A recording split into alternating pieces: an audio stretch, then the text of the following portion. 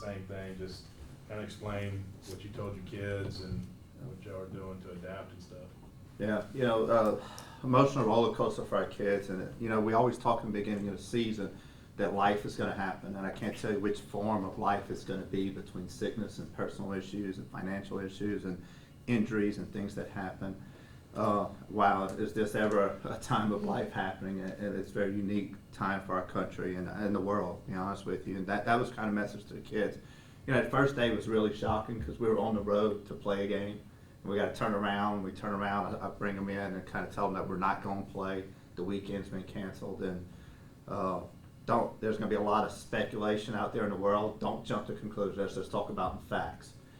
That being said, within a few minutes, it's, hey, everything's canceled to the 30th, postponed to the 30th, and I thought that was some, hey, kids took that in stride. They're like, hey, man, okay, we could deal with it. I told, and it's all in how you deliver the messages. Hey, this is what it is, and you have to find a way to deal with it. And I could tell some concern on their face. I tried to be positive because I was positive at that point. Within the 2 hour, within another hour and a half, 2 hours on the bus ride, they get in social media that postseason's been canceled. And so when we get off the bus, I have to meet with them again, give them some more information. And that's what I felt bad about, is that, I couldn't sit them down one time at the end of the day and be able to allow, hey, this is what's going on, and this is what we do know. It's just constant news after news after news. So you felt bad for them. Because as an adult, what you feel bad for as a leader is you can't help in that situation because you can't control the information coming out, because with social media, everyone has access to it. The message is not coming from you, and so the delivery is not maybe how to prepare them to be strong for everyone else. So that was really our message. And the one thing at that point, when we got off the bus, I said, obviously, we have to be prepared for a lot of changes coming rapidly. So let's not believe anything's set in stone, and let's just let things play out. And I think that was our best message at that point. You feel for your players. You feel for them having to deal with this kind of adversity. You, like Coach Hill said, you feel for your seniors. You look at the kids that have come back didn't play last year because of injury, worked their butts to get back on the field, and then it's taken away from them again. And so that's your initial process. That's your initial thing as a leader. You worry about the people that you lead because that's what you have control on. And then as this thing progresses, the concerns grow from our sport to the world, to our country, to individuals that are going to be struggling to pay their bills, to people, and seeing what's really out there in the world, and what life lessons we could learn. Because you want to find some positives. And positive is, this is what we do know. When we do have an opportunity to have something that's important to us, we need to appreciate it because it can be taken away from us so quickly. And I think we can't lose sight of that message with our players. And then it goes to our players, and we had to talk about this. This is real life. And we're about to be in a ton of financial strain. We're going to be in social strain. Our country, and not only our country, but the world is going through something at the same time that is so unique and we've never been through. We don't have something to call on. And I said, what we could do from a standpoint of leadership is not point fingers, not blame people. Have some humanity, be strong enough to handle adversity and move on.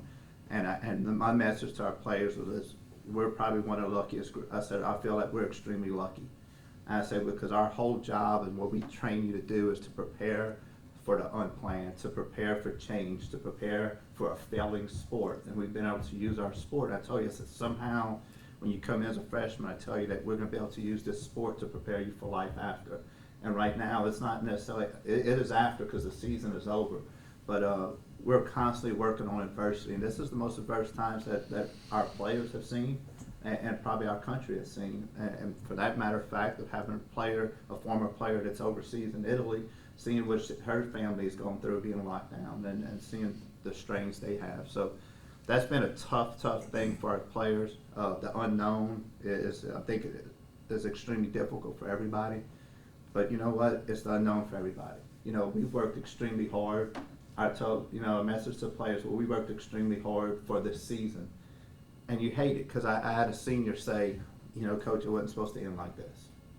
And you feel for him because, man, this group has done everything I've asked them to do and more. far as investing into their teammates, the work they put in. They came in the best shape I've ever had a team come in. They have truly invested into each other.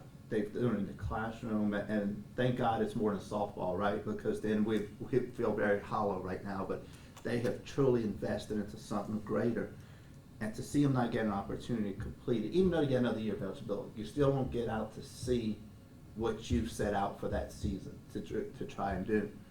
But on the flip side, you look at it, and the flip side is there's people that have saved their whole life for retirements that they're seeing go away right now in the stock market. You're seeing 401ks that go down. You're seeing these people the same thing.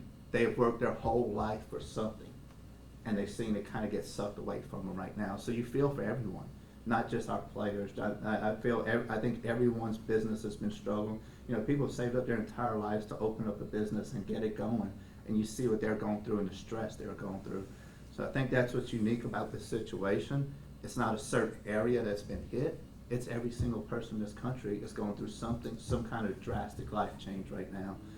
And like Coach Hill said, you pray right now that leadership has the strength to make good decisions for the people that they are leading. And that's what we hope for, is that I really do appreciate our administration locally, the communication we've had, the thought process they've looked into for looking out for our student athletes and our students on campus. That was really the main concern. And I hope that decisions are made in the future to look out what's best for the people that we lead. And that's if it's the conference, if it's McNeese State University, if it's our government, just looking out for the people that they're in the best interest long term, and not political gains in such a tough time. I wish that would just go away, and we look out for people instead of personal interest. So that was a little bit of our message. That's a little bit of our mindset right now with our players.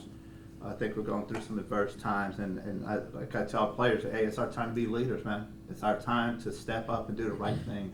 And we have to trust that people in leadership are making some decisions that are really good, and we have to go ahead and follow it. Because if we're just looking on what we feel like we want to do or what we want to do, and we're going out and we're ignoring all the rules that have been put in place, then we're just going to live this way that much longer. You know, I don't think we need to live in fear, but we need to be responsible in our actions, and our messages need to be positive. We need to help. And, you know, we were talking about, I know Tanner brought this up early, and you do worry about the social side of it mentally, because you're taking a group of athletes that their entire life, from probably 6 years old, 5 years old, have been a part of a team. And you'll talk to any senior, the hardest thing is when you graduate is to be taken away from your teammates, to be taken away from the clubhouse, the locker room, and now we're taking them away. Everybody at one time, and not only we're taking you away, we're telling you to go into isolation. Also, you worked out your entire life, and now we're telling you not to work out. And so trying to find some kind of way for them to stay healthy mentally as well as physically, so they could, you know, make sure they come out on a good side of this, I think is important. So it's like the message, I sent a message yesterday, it is important that you work on staying mentally healthy, just like you would if you were actually lifting weights. You know, that isn't, you're gonna have to work on it every single day, or the world will drive you crazy right now. So there's a lot of concerns, but I do believe our players are tough.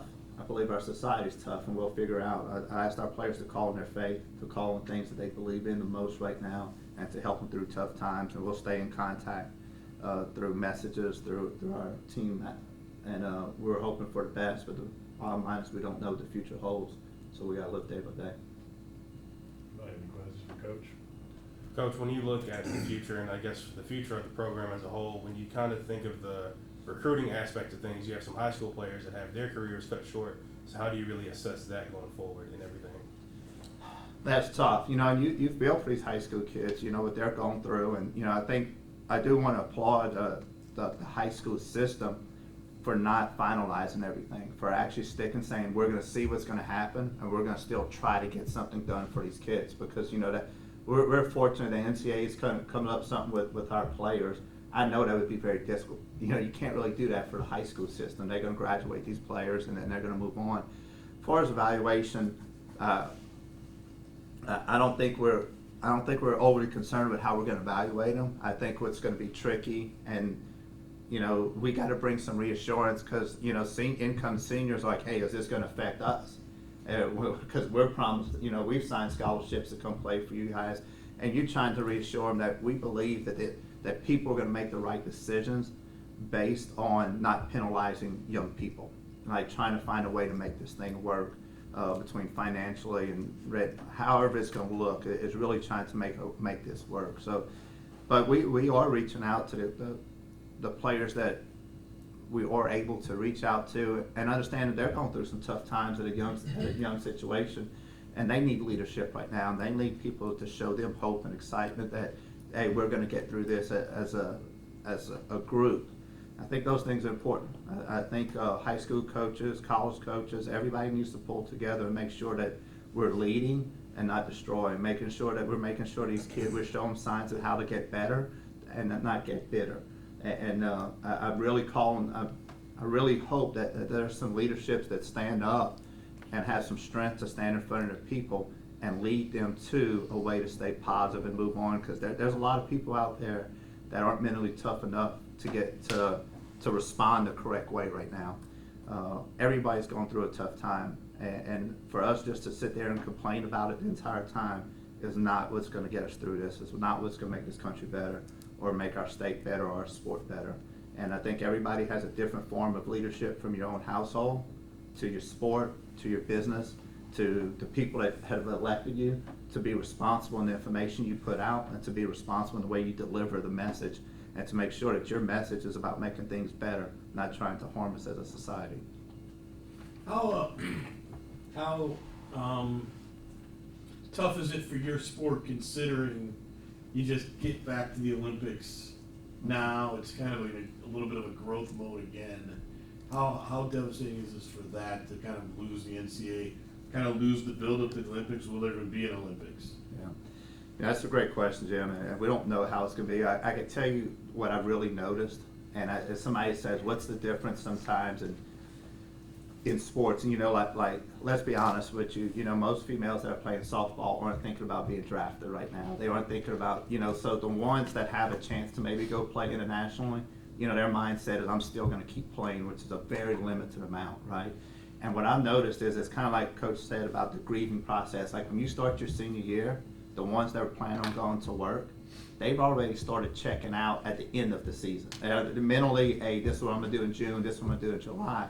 So to get them like re-energized about it all over again, when they're like, Coach, it's over, it's hard to get ourselves going again. I know from the senior standpoint, that's difficult to try. I know there's a lot of talk about the seniors coming back and those things. That's going to take a while for them to get excited about it again. And as far as the Olympics goes, there's such an unknown there. And I don't think it's going to be a tough blow for kids to want to play softball and continue to grow. I think it's challenging far as how is it going to look, how are we going to be excited about it, how, I think that's a lot more unknown right now. And for our sport, it is continuously growing in ratings. It was going up. The sport was building a ton of momentum. But every sport is pretty much put at a halt right now. So I think we all go back to even playing field.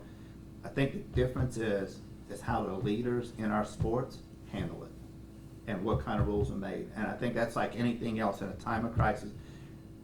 It's not the adversity that's going to beat you. It's how you handle it. If you handle it wrong, it could be devastating. But if you find a way to handle the best situation you can and respond the correct way, you're always going to be able to survive and thrive. Anything else? Anything for Tanner on this? Yeah, I got a question or two. Sorry. With all this talk about you're going to have seniors coming back, maybe freshmen coming in, has there been anybody talking about for at least a year or two bringing back the freshman team? No, I think what you're going to start with is how to take care of the kids that are currently here. Not that you're not worried about the kids coming in as much, but you're probably starting at the top and working your way backwards. That incoming class could all just get redshirted and be sat on the bench, and they're going to still get 4 years. They're probably the least affected right now, other than the ones that thought they would come in and start playing. If anything, they're going to get more educational opportunity because they may get 5 seasons here where most people are not. But as far as the logistics of creating essentially a sub-league within the league, of having freshman teams that are going to travel and play and all that, they, going back to the financial side, would probably say, no, it's easier just to increase limits on roster sizes and let everybody stay, together, than it would be to create 2 separate teams that are operating independently but cohesively at the same time.